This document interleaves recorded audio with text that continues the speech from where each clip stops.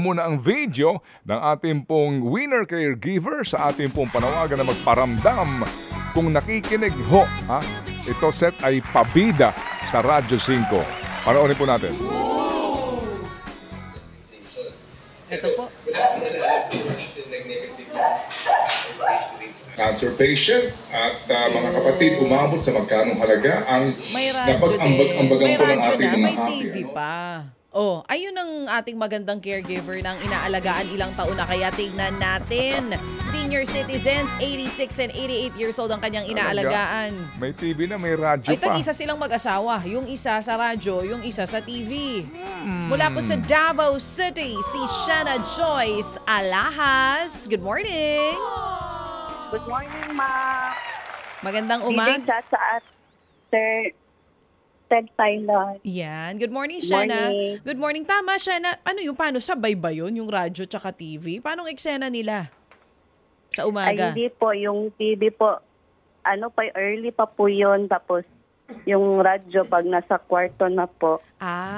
So pag pinapatay na po yung TV. Oo. Sa umaga, manonood muna sila sa atin. Oo. Pagka matutulog na siguro at iidlip, radyo naman. Asa mo'y dapita sa Davao, Day?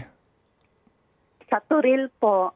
Davao City mismo? Yes po, Turil, Davao City. Anong istasyon ng FM dyan? Yung ginaano ko po is 92.3. Meron din Radyo dyan. 5 po. So, okay. Sa FM po. Okay. Ngayon ko lang kasi, anyway. Sige. So, salamat naman at meron pa lang kahit papaano may nakikinig sa atin kahit isang tao lang dyan sa Davao. Sa Davao. Naku, ipagyayabang ko yan na meron tayong listener sa Davao. Nakikinig po kami po kasama yung pasyente ko po. Ay, 3 sila.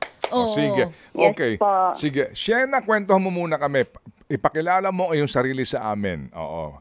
Sige. Si Shanna Joyce Alahas. Minyo na mo, Day? Yes po. May asawa na po. May 2 anak po. Sige. Ano trabaho ni mister mo? PUJ driver po. Okay. Jeepney driver. Oo. Yes po. Yung 2 anak nyo, ilang taon na? 10 at saka 5 years old po. So, sinong tumitingin pag nasa trabaho kayo ni mister? Yung work ko po is alternate. Pag may work po ako, yung asawa ko po yung mag-aasikaso ng mga bata. So tapos ngayon is day off ko po. Ako na naman yung nag-aasikaso ng mga bata. Stay out caregiver siya. Timing din, ang day off niya ngayon. Okay. Sige. Private caregiver po. Shanna, nag-training ka talaga bilang caregiver. Yes po. Kailan Caregiver NC2 holder po. NC2 holder. So TESDA. pwede siyang maisama dun sa mga, yung sa pinapadala sa Korea. Di ba? Ng Pilipinas. Yung pinapadala nito lang recently. Oo, pwede siya mag-abroad. Mabuti hindi ka nag-abroad, Shanna. Wala pa po, Sir Ted, kasi po maliit pa po yung mga bata. Yes. Gusto niya dito para nakikita niya pag mawalay sa mga anak mo. Dito lang muna for experience po. Tama naman. Saan ka pinanganak? Sa Davao din mismo? Yes po. Anong trabaho ng mga magulang mo? Yung papa ko po is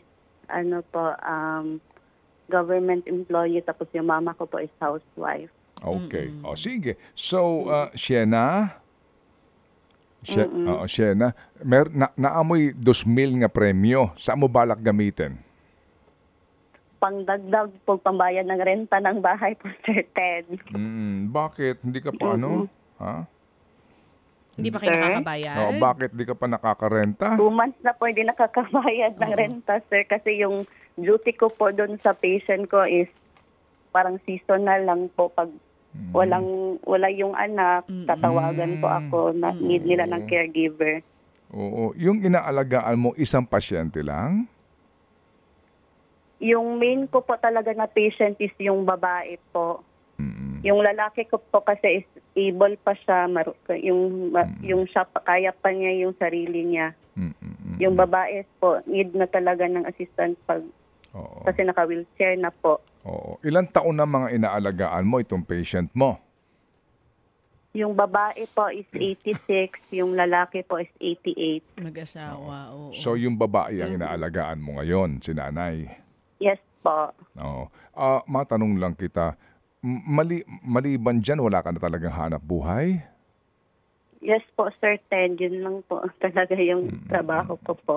Oo. Magkano kinikita mo sa isang araw? Ano po, 650 per 12 hours. 12 oras yun, 650. Si Mr. mo, paano siya kumikita? Yung sa pamamasada po. Boundary Magdedepende din yung kita sa ano po, sa... pasada, sa biyahe niya. Yes po. Oo. Naamoy bugas ka ron? Naaman, Sir Ted. Gamay lang. Konti lang. Oo. Sige. Magkano, konti. 2 months ka nang hindi nakakaupa. Magkano ang upa mo isang buwan? 3,500 po. 3,500. So, kailangan mo ng 7,000. Yes po, Sir Ted. No, yung inuupahan nyo, ano ba yan? Anong klaseng upahan yan? Anong klaseng bahay yan? Buong bahay po talaga, Sir Ted. So, anong sabi ng may-ari ng bahay? Okay lang naman po kasi pinagkausapan lang po namin na ngayong buwan na namin babayaran yung di namin nabayaran nung nakarang buwan. Oo, nangako kayo na babayaran mo Yes ito. po, nag-promise po. Oo, meron ka bang ibinigay na petsa? This week po, Sir Ted, hindi kami nagbigay ng date pero yung promise namin is this week. So, kamusta? May ipon na, ate? Pambayad ng upa? Meron ka na ba na ipon pambayad? Yung sahod ko po last week at saka ngayon, nakaipon na po ako ng 1,500.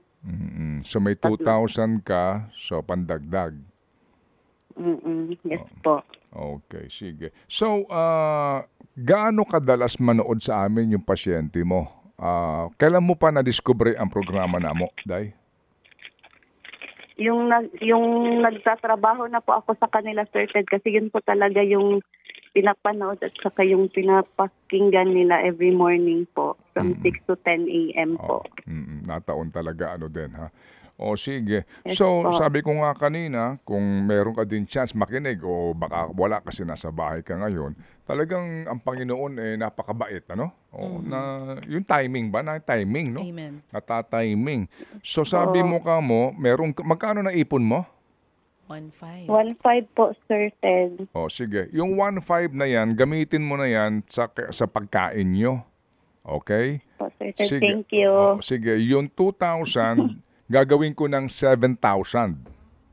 Yay, thank you, Sir Ted.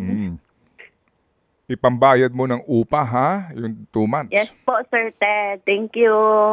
Papadala namin agad-agad ngayon yung 7,000 para mabayaran mo na yung may-ari ng bahay. Huwag mo na problemahin yung 2 months na iyan. Okay? Okay, Sir Ted. Thank you. Sabihin Thank you. Sabihin mo sa mister mo. Okay po, thank you. Okay, hindi sa akin galing. Huwag ka sa akin mag-thank you. Ha? Opo, higit sa lahat. Okay po. Pasalamat tayo sa atong Ginoo, Day, ha? And dito, Okay. nag-ambag. God is good all the time. Nag-ambagan ulit dito. Si Happy Ninong at saka si Happy Daddy. Sabi, Nagbago yung tone ng boses niya, narinig mo? Oo. Nung hindi na niya iisipin yung pambayad sa renta. Oo. Sige, ikaw na magpasalamat dito sa mga Happy Anonymous natin. Sila ang ate. nag-ambagan para 3,500 sila dito. Meron ka ng 7,000 para huwag mo nang problemahin yung 2 months na utang mo sa bahay. Go ahead, Shena. Okay po. Shena. Maraming salamat po sa mga lahat ng tumulong po. Thank you, thank you. At salamat din sa iyo, Shena, sa iyong sakripisyo sa pag-aalaga ng matatanda. Okay po, thank you, Sir Ted. DJ Chacha, thank you. Oo, hingi kami ng video, ha, sa inuupahan mong bahay, ha?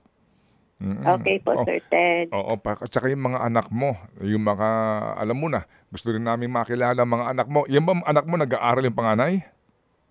Yes po, nag-aaral po, nasa school po ngayon, Sir Ted. O sige, gusto namin makita ito. Malay mo, ha? Tignan natin. Gusto natin Tsaka makilala. yung video ng aktual na pambabayad. Oo. Sendan mo kami para matuwa Okay. yung mga Happy Anonymous natin, Shena, ha? Okay.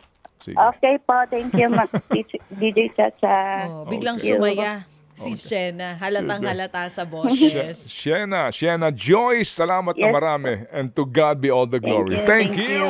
Ayan, si Shena Joyce. Alahas. Alahas ng Davao Toril, City. Davao. Ted Filon at DJ Chacha. Ngayon, nasa Radyo 5, 92.3 News FM. Monday to Friday, 6 to 10 a.m.